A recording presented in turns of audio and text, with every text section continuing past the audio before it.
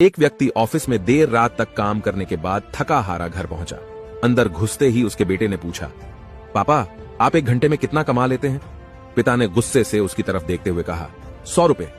बेटे ने कहा, पापा क्या आप मुझे 50 रुपए उधार दे सकते हैं? इतना सुनते ही वह व्यक्ति आग बबूला हो उठा।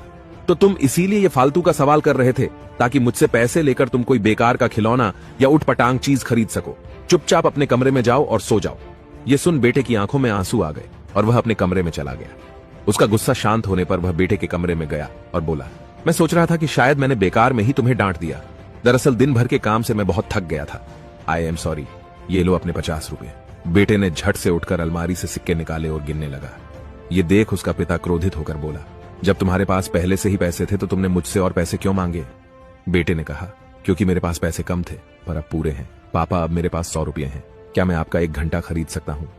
आप ये पैसे ले लीजिए और कल घर जल्दी आ जाइए। मैं आपके साथ बैठकर खाना खाना चाहता हूँ। बेटे की यह बात सुनकर पिता की आंखें भर आईं।